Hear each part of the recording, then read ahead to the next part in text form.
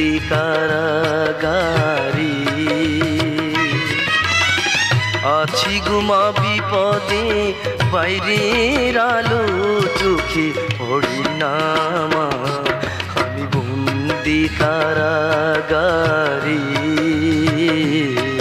আমি বন্দি কারাগারি।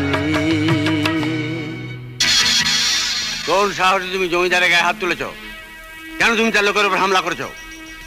যে জমিদার অন্যায় ভাবে একটা লোককে তার কুটির থেকে তুলে এনে বিনা কারণে তাকে অপমান করতে পারে, বিনা দ্বিধায় তার গালে চড় মারতে পারে, আমি সেই জমিদারের গায়ে হাত তুলতে বাধ্য হয়েছি।